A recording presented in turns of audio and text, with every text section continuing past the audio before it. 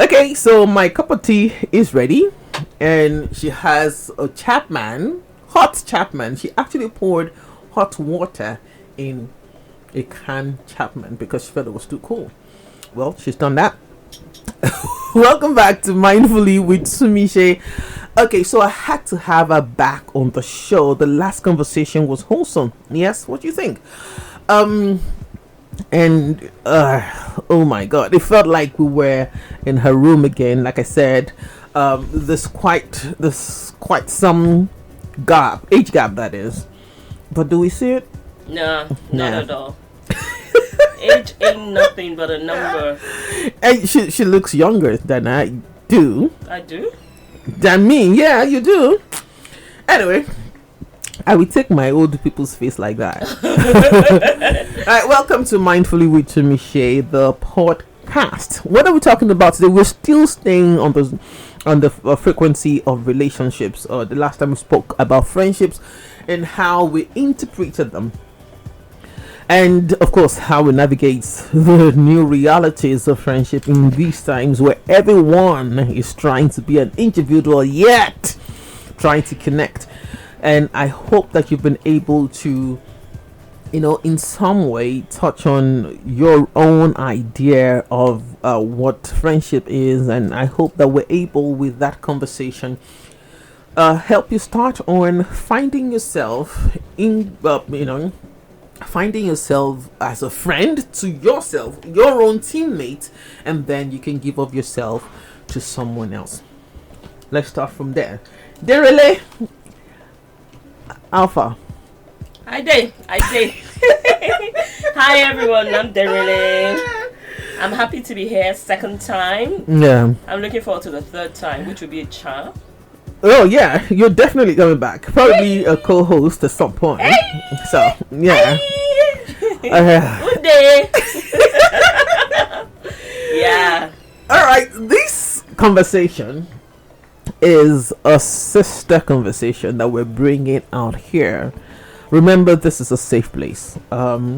We're working towards the psychologically safe place, and we hope that with this conversation we'll be able to, ginger, in the word of the streets, you to find some strengths and meaning in your relationship, even what you need to do at whatever point that you are in your relationship. Are you ready? I am. Let's go.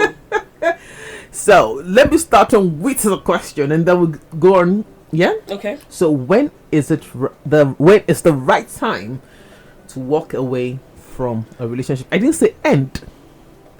Walk away from a relationship. So that has so many interpretations. Oh yeah. Walk away. The essence of me saying end, not end, but walk away. Okay, walk away would be like maybe you're giving yourself some space, or you need some time apart from each other to think things through. If that's the way you interpret it, I'll tell you how I interpret it. That's my interpretation. Yeah, so let me tell you how I interpret it. You can walk away from a relationship and not end it in your mind. Word. Okay. So if that's the case, let's now take it back and say, walking away from a relationship. Remember our last conversation, we talked about relationships, friendships, sorry. So are we saying romantic relationship now, or any kind of relationship? Any kind of relationship, because great. Come on, even friendships are toxic. Yeah, true. And even a friendship that is friendly, you get to a point and you say, am I supposed to be here? Yeah. And like you said in the last conversation, the friend might just be perfect, but do your values align? The journey, does it align? Are you in the same space in life? I've had a couple of friends in my life who are still in my life. Mariam. Yeah, Mariam is still very much in my life. Very, very much in my life. However, we rarely talk, but the day we talk, it's like you catch up. Yeah. So there's some relationships that don't go through the phases. Yeah. Life's transition with you. And there's some relationships that are there through life's transition. And there's some relationships that, though you're so connected, you're very, very, very connected, you still walk away from them. Okay. So, if that's the case, I think that's a really huge deep bucket to pull from. Oh, yeah. Because there are different dynamics to these different relationships in our life. The business environment, for example, there's a different rule that guides you working in a workplace as against personal relationships like family or romantic relationships. But I would say, first off, walking away from a relationship, number one, if that environment it's not healthy for you any longer. Healthy in the sense that there are certain goals or objectives, and for want of a better word to use, because in romantic relationships we might not necessarily see going into it as I have a goal or an end goal. We don't want to seem like we're trying to reach for something in a romantic relationship. But the truth of the matter is you want it to yes, you're reaching for something. Yeah, you want it to have, either your emotional needs are being met. You want your emotional needs to be met in a romantic relationship. But I would say from a workplace environment, for instance, there's opportunity for growth, or you want to see your career growth, you want to see opportunities to attain some heights or new levels in your career. If, for instance, you feel like the workplace is not providing those opportunities for you anymore, or you feel like, I'm not being stimulated, I'm not growing the way I want to grow, I'm not seeing those learning opportunities in this environment, those are, for me, indicators that, it might be time to start considering taking up a new opportunity elsewhere, or approaching whoever, your employer or the management level, and having a conversation with them around, okay, what can be done to help us have better work environment opportunities? Okay, so I understand what you mean now, but it's a huge pull. Exactly. Because, of course, if we're going to talk about workplace relationships and all of that, the dynamics are, because you don't know why the person is still staying in that employment. You don't know, the relationship that they have with their bosses, the relationship they have. I see all around now, and it's happened to me that just work and go home. There's no family, there's no friend at work. But then, how do you then, especially for us who are in the creative industry, and I think everybody is a creative, because if you're a mathematician, you are a statistician, you are whatever, you're being creative. So how do you, if you say that there are no relationships in a workplace, how do you then, synergize with other people to get whatever it is you want to get? Some people are able to compartmentalize, at work and all of that. And once they're, people like me know, I've been burnt one huge time last year. I was really, really burnt, and oh my god, it was a huge learning experience for me. This is a relationship that lasted for over 15 years in the office space, and it was shocking, but again, I knew that I allowed some things. I knew that I allowed some things. I knew that I enabled some certain things. Of course, I'm saying this now in retrospect that happened, retrospection that happened about 2 weeks after you left the major event. Right.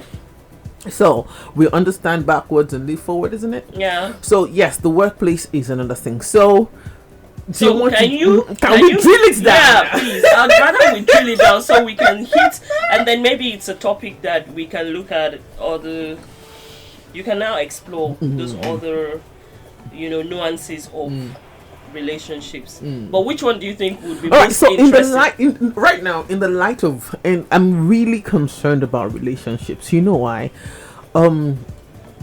Because if you know how to relate with yourself, yeah, and you accept the person that you are, you will be able, I think, to give up yourself to another person and embrace them. Yeah. And there's some friendships that are so deep, you will think that they were sensual or romantic. Mm-hmm. And you could walk away from that too, and Mm-hmm. it will break your heart. Mm-hmm. Mm-hmm. I know this for sure. Mm-hmm. It will break your heart. So let's drill it down to that. When is the right time to walk away from a romantic relationship? Oh. Now, notice that we said romantic, so Romantic, yeah. it's not we're not saying marriage, we're not saying fiancé or like a romantic relationship. Okay, walk away and end. Yeah. Oh, wow. So can I start by saying, first things first, that we haven't really been equipped with tools to learn how to leave things, to walk away from relationships. We've not been equipped with tools. And this is an aside. I was just thinking the other day, I'm really sorry to go there, but I would have to go there.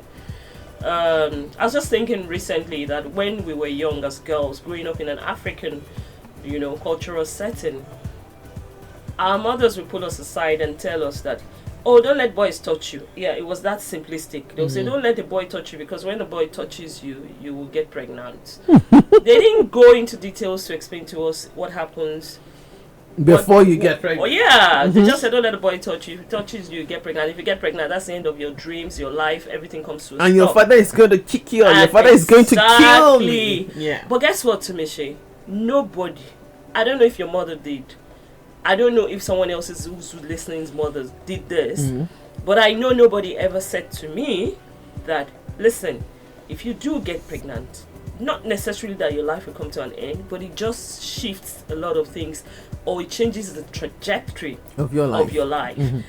And there's also the option that you could opt for an abortion. Yeah. And this is the danger that lies with having an abortion. This is the reason why you want to go for an abortion, but nobody ever spoke about abortion. I think that is going to be a topic for another day. Yeah. But I'm using that as a reference because the same way that I feel that we weren't properly equipped on as people generally, individuals generally, and this is both male and female, to say, what are the things I should look out for going into a relationship? All we know is they nod us and prod us to say, seek a relationship at a certain age, when they feel, okay, you're age-wise socially ready to get into relationships.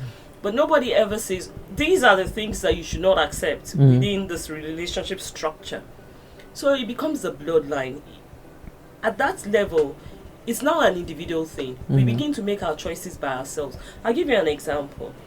When I walked away from a relationship of 6 years, it was at the 6th year when my eyes were open to see that some of the abusive tendencies that I had condoned in the 1st, 2nd, 3rd, 4th year, it was when I got to the 6th year, I decided that no, I was leaving. But by then, I'd suffered bodily harm and some emotional and psychological harm.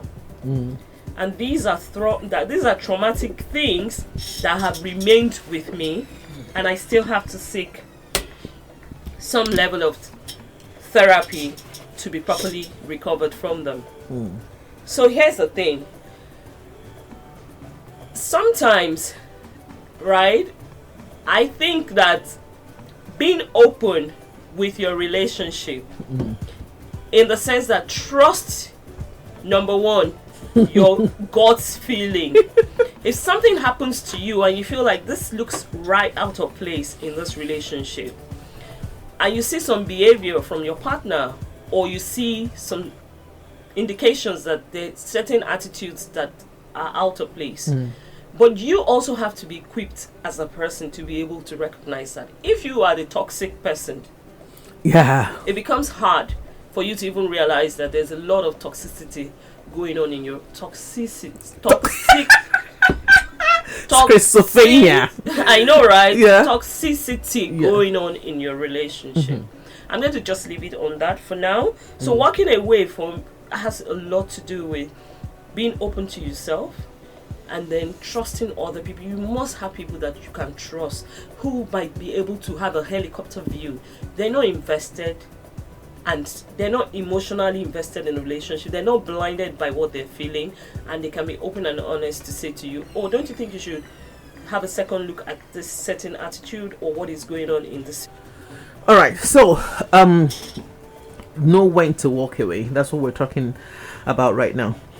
So when you said that no one actually talked with us, you know, they just say to you, if a man touches you and all that, you know that I think that social construct is still very alive, because people are now scared, even because they say that the children of nowadays, they are very what's the word they use now, they're very enlightened. Yes, that's the word.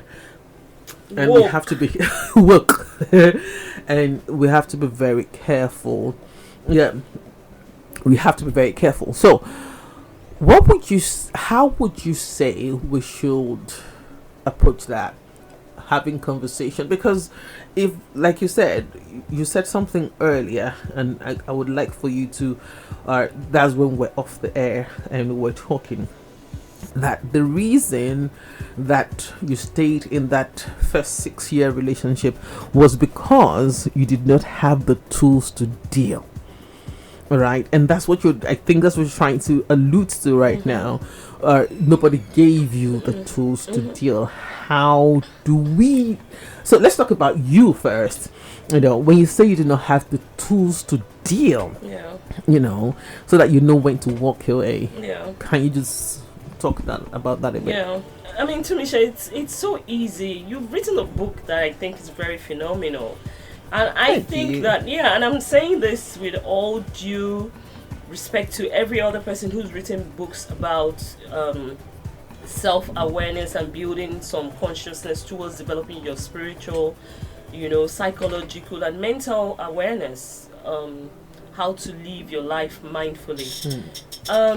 If you ask me, I would say, first things first, anybody who decides that they need to understand better and have the right tools to live in their life in a way that they have maximal benefit and maximal what's the word I'm looking for now, relationships, and enjoy maximally, get the best out of their relationships. First things first, you have to develop yourself. You have to have better understanding of who you are. You have to be able to be mindful about me at Denrele. Who am I? And the earlier stages of our life, those are the foundational stages when I'm a little bit too old now for someone to try to mold me and say, oh, this is what culture expects of us. But the early stages of our life, we were being molded. There were people who were responsible for molding us and shaping us and pouring into us and letting us know these are the expectations around life. And that's what you say about social constructs.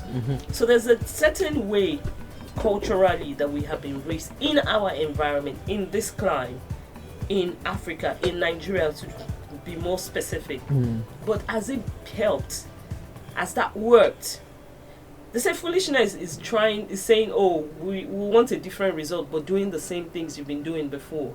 You do it the same way and think you'll get a different result. Doesn't work that way. So we're not saying our mothers failed, because our mothers are only the product of what they've also heard.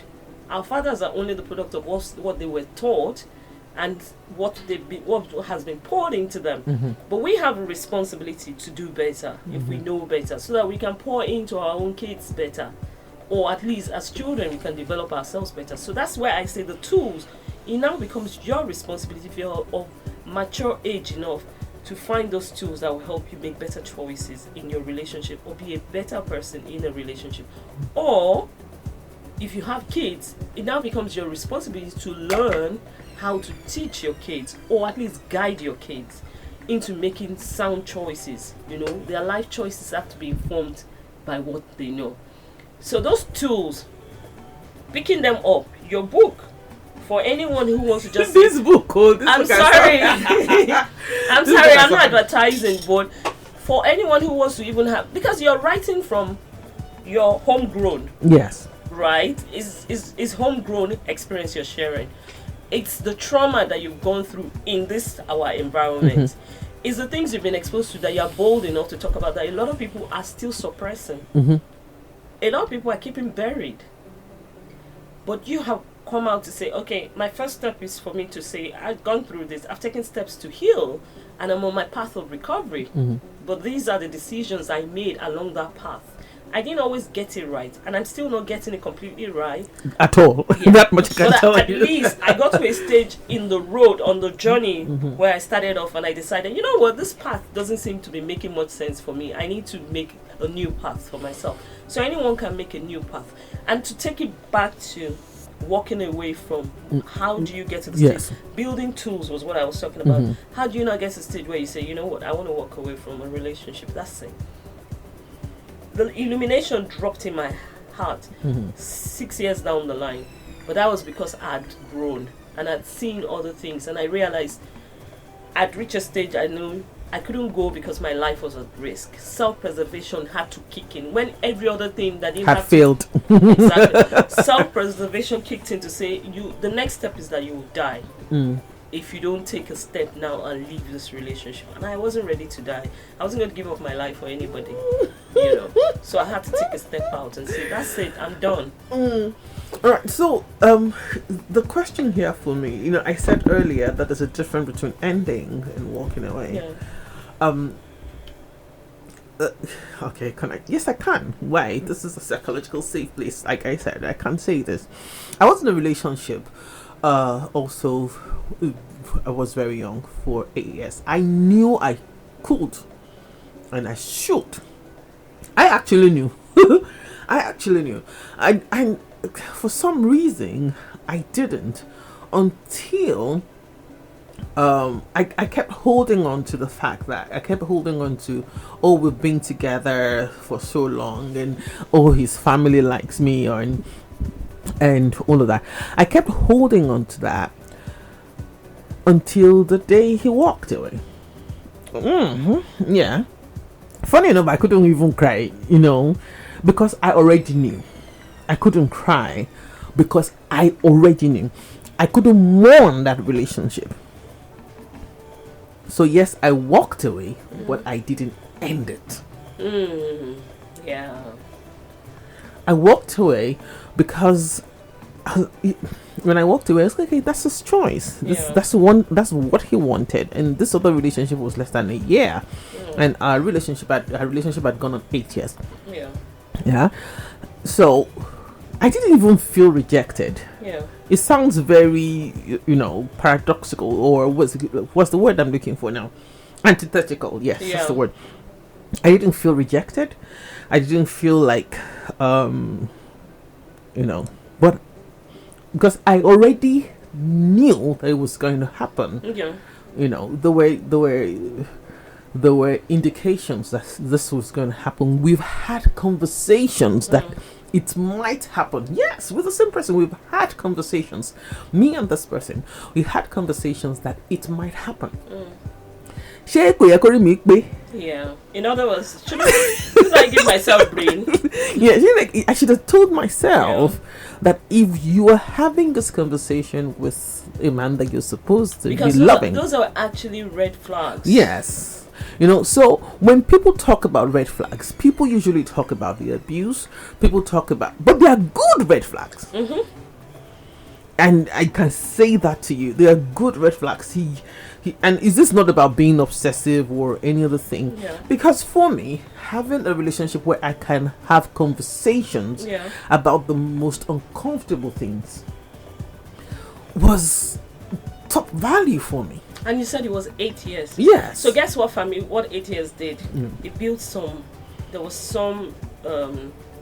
like a normalcy and routine for both of you. So then that built familiarity. So the more time you spend together, the more you would give yourself reasons why. You just be excusing stuff. Yeah. I mean, if you had showed those red flags full on within 6 months, if you had just met him and he started saying, you know what, I don't think this is going to last, you would consider very early that I don't even want to get into this if this isn't going to, except you just wanted to get his like one bam, thank you sir, sir, and you let's stroll. go. But if it was not a one bam thing and you were looking, oh, I'm vibing with this person, oh, there's a soul connection, or there's an emotional connection that is deeper than just a flimsy or, you know, an affair, you wouldn't get those things early enough. And one thing, to me, Shay, that I've discovered is the pressure of responsibility doesn't rest on just us as girls. Now we're having a girl conversation. Oh, I'm definitely getting a guy into this place to talk about this. Do you Definitely. know that? I'm definitely, because I think it's not fair. I think it's not fair that we talk about the lady walking away all the time. And from a female perspective. And from a female perspective. Do you know that the men are equally as confused about their emotions as we are? 100. Because the way they even process it's even worse. It's even worse for them. At least somebody is telling you if they touch you will get pregnant. Apparently nobody, even if they told them that if you touch someone's daughter and she's pregnant, that's the end of your life. But they know, men know that it is not the end of their lives, because they know that the girl will probably take the brunt. And then, so I think that men get to the point, like, and they actually do feel badly. Yeah. They actually do feel badly that the girl is bearing the brunt of something that they consensually did. Yeah. But because the society, because the social narrative is to tell the man to man up, you know, and any man that shows any form of remorse or any form of responsibility towards this person is still left. It is not even all the time that society tells them to man up. Sometimes society gives them an escape clause. Thank you. That's the word I was going. That's what I was looking for, actually. That escape clause will be the guy's family now coming. That's if he's below the age of making decisions for himself. Say maybe a 19-year-old secondary school or fresh university entrant, or a young 16-year-old secondary school boy exploring with his girlfriend, knocks her up and she's pregnant. The family can come and say, it's not our son, it's not our responsibility. At home they will beat him, but they have passed a message to him subtly to say, you don't have to take responsibility for what you don't have to take responsibility for. There's a breed of men like that out there who grow up to full-blown adults and they get into other relationships. Now, what do you think will happen when they get into relationships with other girls? And then there are other girls too who, like I said, like me, I had abandonment issues when I was growing up. I lost my mom as a young child. I was a baby when I lost my mom. And my dad remarried within a short period of time. And you know the history. Yeah. You know the whole history. And I didn't have one singular relationship with my stepmom because she wasn't playing any role in my life whatsoever. So I didn't have a female role model who modeled what to be a woman like for me. I had to grow into what I thought was a woman. Now imagine me in a relationship. All the red flags are flying all over the place. If it's a boy that was raised in a home who had models and the templates with which he was raised was a solid, well-functioning home, if you saw me, I'm a red flag. Because there's so many things. If I had an issue, I remember there was a time I had an issue with my boyfriend and I'm like, I'm going to my house. Any small thing, because I didn't know how to deal with conflicts. I had no tools to engage or deal with it. The next thing I want to do is leave. And those are also red flags. You must be able to deal with conflicts in a relationship. So are we saying now that to know when is right to walk away from relationship, you have to find yourself and your place in that relationship? Absolutely, Tumishi. You have to be a healed person, or at least in a journey of healing consistently, for you to be able to read the room.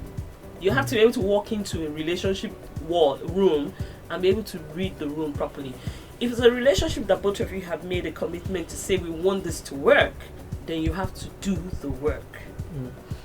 there's no perfect person. Oh no. So that's for sure. Even a child that was that was brought up in a well-adjusted family, still not perfect because he's human first, and we know what it is. As a human being, are flawed. So here's the thing: you both will now make a commitment to say, "Oh, this was the issue that came up. This is the way you flared up, or this is the way I reacted." What do you think is at the root of this reaction? Do you think it's something we need to trash now, or do you want us to come back to it later? I just saying it like this. I'm afraid. I know I've had this kind of conversations, but it took sheer grit. You know, thankfully, I've always been a self-evaluating person, but it took sheer grit to be able to sit down, and I'm not even sure, to be frank, Denrele, I'm not even sure that I can actually sit down and look eye to anybody and have this conversation. What I can do though is write it. I know. So that's also writing is communication to me. Let's not lose sight of it too. Writing is also communication. As long as you can express your words, your heart in a letter, and you can do it with grace. Exactly. And there's no accusatory. Just say, this is how this makes me feel. I don't know why I'm feeling this way. Maybe we can look at walking through it together, or I need to, explore. Give me time to think. Because that's also walking away. You can say, oh, within the space, this is what I've been going through. And I think I need some time, a breather, to reflect and see if I can resolve the situation. If your partner is ready to walk the walk with you, whether male or female, exactly, your partner will respect and say, okay, I don't want to crowd you at this moment. I respect how you're feeling. And say, okay, I will hold your hand through this moment. And don't take too much time, though, because what happens is that if there's a breakdown in communication as well. But that's what we need. We just need to support each other. The same, if we throw it back to friendships, the last conversation we had the last time we were together is the same way.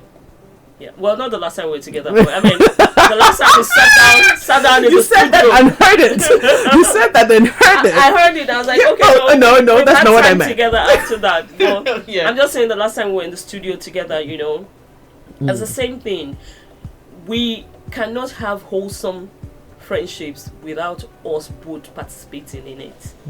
So except one person says, I don't care anymore. That's why it's easy for another person to walk out of it. Okay, so I think let's wrap this up for today. This has to, we have to do this in two parts.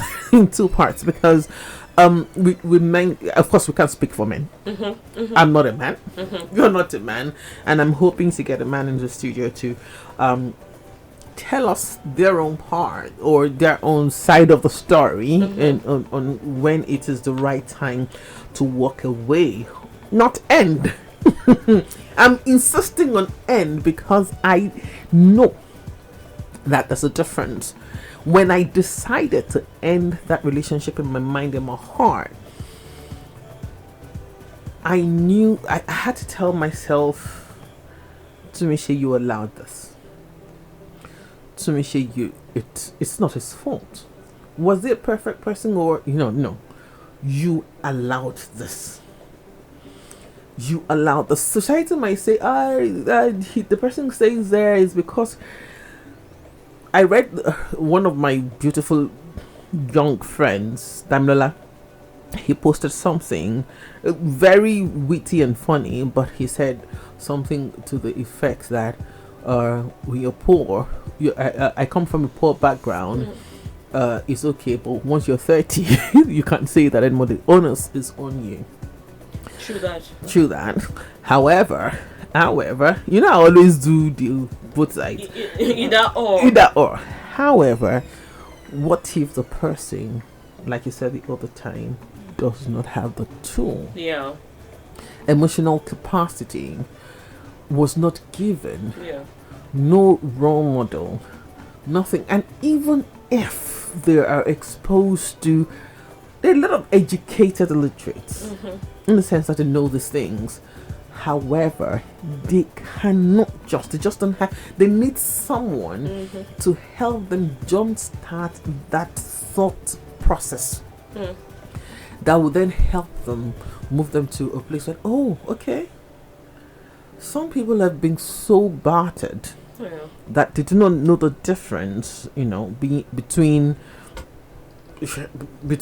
being treated horribly or they've been so battered, so battered. That's conditioning. Yes, there's what psychologists call learned helplessness, and just think that, oh, this is the best the world can give to me. Yeah. Why do better? Yeah. Because they've done it over and over. And I'll use myself as an example. Of course, if you read, I didn't go into details in Living Mindfully, but for those who can read in between the lines, my first, and I've given interviews about this, my first exposure to sex was about 6. It was at 6. And it was an abuse. And it was an abuse, And the response, of course, was not favorable. However, I wish it ended there. Yeah. Really, it got to a point that I began to expect it to happen. I began to expect for me to be touched a certain way, for me to be seen a certain way, and if it did not happen, I will ask myself, why did it not happen? It's of course, like you said, it's taking what I'm 44 now. It's maybe this journey of healing started about 5 years ago. But no, don't worry. I was not expecting people to molest me until 5 years ago. But in my mind, though, it was a struggle to get to that point, and that was before my diagnosis. I did not know why, as a young person, in my teenage years, my young adult years, I had the mechanisms to fend off trials and all of that and everything that the curveballs the world was throwing at me. Yeah. And then I had my second baby, and it felt like I couldn't do anything anymore. I was no longer resilient. My mind was going haywire. It was my mind telling me unresolved time to open up the repression, the repressed emotions. And I can never not underscore my faith. I'm a Christian. I'm a follower of the way. I'm Christian, and I believe God through Christ. And I cannot overemphasize how that helped me, even in the darkest time, even when I was making the wrong decisions. Yeah. The thing is, I know that people say that everybody always say that it's the other person that hurt them. But we have also given hurt. Yes. Sometimes we're even blind to it. Yeah. Totally blind to it. Until you sit people who you've been in relationships with down, and then they tell you, oh, okay, so someone called me up. If you're listening, I had to share this. Someone called me up about 3 years ago, and I had been in a relationship with him, but unfortunately it was a rebound relationship. I'd just come out of a relationship, I'd broken up with a person who we talked about, the 6-year relationship, and I was struggling finding myself. I'd given 6 years of my young adult life to someone from like age 18 to I was about 24. Oh wow. Yeah. So there I was now struggling to find myself outside of a relationship. So you were angry. And because he had cheated on me, and I felt he had kept me caged because I was naive, I was young when I met him. He was like my first boyfriend, and he kind of what's the word, molded me. Yeah. So now here I'm struggling to find myself. Who is Denrele in all of this? But I wanted to quickly get into another relationship to help me forget him, but I didn't realize the harm in doing that. Now, I met one of the most beautiful human beings at that time. This guy is fantastic. And I'm not saying this because I think he might listen to this podcast, but he is a sweet human being. He saw me, he met me through someone very close to me, an intimate family member, very close family member. And he told the family member, I like your cousin. I think she's a dope girl. I like to, get to know her more. My cousin obviously knew my past relationship. But he was like, look, she was dating someone, I think she's just recovering. Because at that time, my cousin used to come and take me out to say, okay, so you forget this guy. He knew what happened, he cheated and all. Let's just be hanging out together. And that's when he met me. Long story short, my cousin came to me. Do you think you want to give him a chance? Okay, just go out on a date with him, get to know him. I went on a date with him. He was safe. First thing, so he was safe. Because he's like a typical mommy's boy, good boy, says I'm coming to pick you up at 7, is at your house at 6:45. Oh, what kind of guy? Exactly. You know? He says the night is over, he just gives you a peck on the cheek, drops you off at home. Nothing. I know, right? Cool, as a safe boy. He was coming up in life. He was just finding his food, but he was already working. It wasn't like he had flash loads of money, you know. My ex at the time was already an entrepreneur, running businesses from a wealthy family. He had loads of money, had his own car, had his own apartment. He was doing well. This guy was squatting with his friend and everything, but he was a good boy. Correct guy. But guess what? I didn't have the tools. I didn't even have the capacity for that kind of boy at that time in my life. So I messed it up. You know what this guy told me when I broke up with him? Guess why I broke up with him? Right. My ex came back. You know the story now. Yes. The guy came no, back. Something needed to hear. Yeah. So, meanwhile, this is the ex that left me for another girl. I was even flaunting the girl in front of my face, telling me that I said I wanted to finish school. I'm not ready to marry. Anyway, when he came back, I had to leave him because my ex was familiar. The other guy was safe. I didn't want safe. I wanted stranger danger. Do you understand? Or familiar danger. As against stranger safe. Attraction. Do you guys? As against stranger safe, I wanted familiar danger. So I left the good boy and I went back to my ex. You know what the Bible says about a dog going back to his own vomit? Meanwhile, you see why the Bible is one of the best books ever written. In fact, the best book ever written. Yeah. Meanwhile, I told this guy, Tumishe, Yoruba proverb says the person who pooped. No man, the person who pooped does not remember. Yeah, the person that packed it's the person that came to pack it. I didn't remember until the day he told me. My mouth was open. He said I said to him when I was going to leave him finally that I've been sneaking behind his back to go and meet my ex. So sometimes he comes to the house like I'm not at home. Where is this girl? So when it became obvious that I was disconnecting from him, he had to confront me. So I had to say, look, I can't do this anymore. I can't be too timing. My ex is back. I need to go back to him because he knew the history. He was heartbroken. He said part of what I told him that day when he was begging, because he was begging. I remember he was begging and almost in tears. I said to him that, look, you're not even ready to marry. What do you have? You're still struggling. You're squatting with your friend. You don't have a car. No. Yes, to me, if anybody had told you, your sister would say something. No. I'm like the sweetest, kindest person in the world. In quotes. Yeah. I was that mean and insensitive. That's to tell you that you are blinded to some flaws in your life. I was that mean, cruel, and insensitive. That guy carried that trauma of the way I broke up with him into his next relationship. 25 years later was when he was telling me. Oh wow. He was all shredded up. No, it was about 20 years later. When he took me out to dinner, it was like rubbing it in my face. This guy I'm talking about now, I know, okay, so yeah, he's a big boy. I'm not joking. He's the head of a multinational, an international company, US company that is the head of West Africa office. A huge I'm not even going to mention the name of the organization.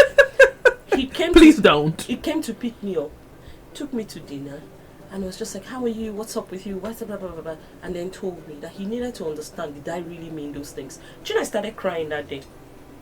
Because I was torn inside to realize that I uttered those kind of words to another human being. And that from the ignorance and the lack of tools, the emptiness inside of me, that there were no resources inside of me to handle a breakup. I didn't know how to handle a breakup. And I had to hurt someone and break his heart and shred his heart into pieces. What? All right. We have to have this conversation, and I probably will bring you in with another guy. Two of you. You know, I'm always happy to be here. I will oblige you. So we have this conversation with more hot Chapman. By the way. All right. So the long and short of what we've said today is that I knew the topic sounded like we're going to give you tips on how to walk away from a relationship. The long and short of this conversation is, it lies with you. You have to understand who you are, how you are, what you are, how you relate with yourself and other people around you. You need to understand the things that fit your current way of life. Yeah. The orientation, where you're coming from. Yeah. You need to sit with yourself. Tell yourself some hard truths. Yeah. She didn't know she was going to do this today, but thank you very much for being vulnerable. Again, this is a very psychologically safe space, and I really, really do appreciate that. She mentioned living mindful, a journey to being. If you want to get it, you can get it. So what I curated there is to stop, to breathe, to notice, to reflect, then respond before you resolve. I know it sounds like it will happen in a minute. No, it will not. But when you can sit with yourself, and tell yourself some hard truths, it will be easy for you to know the right time to walk away from the relationship. The ending, though, I don't know. The part that you end the relationship, maybe I'll talk about that when we have the part 2 of this conversation. All right, until next time, please do not forget to share this podcast with someone. I always say, if you like, if you don't, that's okay too.